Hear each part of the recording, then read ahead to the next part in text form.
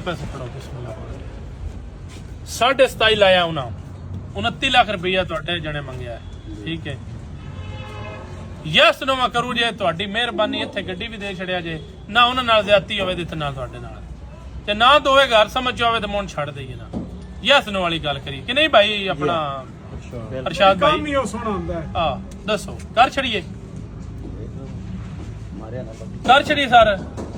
yes no करांदे अल्लाह दे हुक्म ना मागी लगी बेशक पिछा लिया के ते अपनी पेमेंट ला 27,80,000 रुपए की गड्डी दे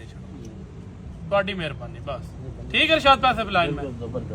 ਦਿਓ ਹਾਂ ਜੀ ਭਾਈਜਾਨ ਸਹੀ ਪੈਸੇ ਲੱਗ ਗਏ ਨੇ ਭਾਈ ਸੋਹਣੇ ਲੱਗ ਗਏ ਨੇ ਪੈਸੇ ਦਿਓ ਸਰ ਗੱਡੀ ਇੱਥੇ ਦੇਣੀ ਚਾਹੀਦੀ ਕਰੋ ਮਿਹਰਬਾਨੀ ਦਿਓ ਕਿੰਨੇ ਪੈਸੇ ਲੱਗੇ ਭਾਈਜਾਨ ਕੋਈ ਸੀਲੇ ਮੇਰੇ ਨਾਲ ਜਾਓ ਕਰੋ ਉਹਨਾਂ ਸ਼ੁਦਾ ਖੋਲੋ ਜਾ ਕੇ ਦੁਕਾਨਰ ਦੇ ਉੱਤੇ ਹੱਥ ਮਾਰ ਹੱਥ ਖੋਲੇ ਹੀ ਮਾਰਿਆ ਨੇ ਚਾਚੇ ਜਿਹੜੇ ਹੋ ਗਈ ਹੈ ਉਹ ਪੁਰਾਣੇ ਹਨ ਆ ਚੈੱਕ ਕਰ ਲੈ ਯਾਰ ਚਾਚੂ ਜੀ ਜੋ ਤੁਸੀਂ ਦੱਸੀ ਹੋਈ ਹੋਵੇ ਦੀ ਉਸ ਤੋਂ ਲੈ ਜ਼ਿਆਦਾ पैसे छड़ाकते हैं फिर अंकल रान गड्डी ना पसंद आई हफ्ते बाद ही पिछा लिया के अपनी पेमेंट ही ठीक है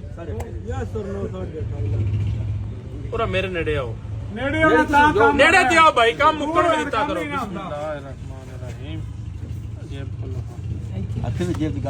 लो जी 27,90,000 रुपए की गड्डी लिख लो बस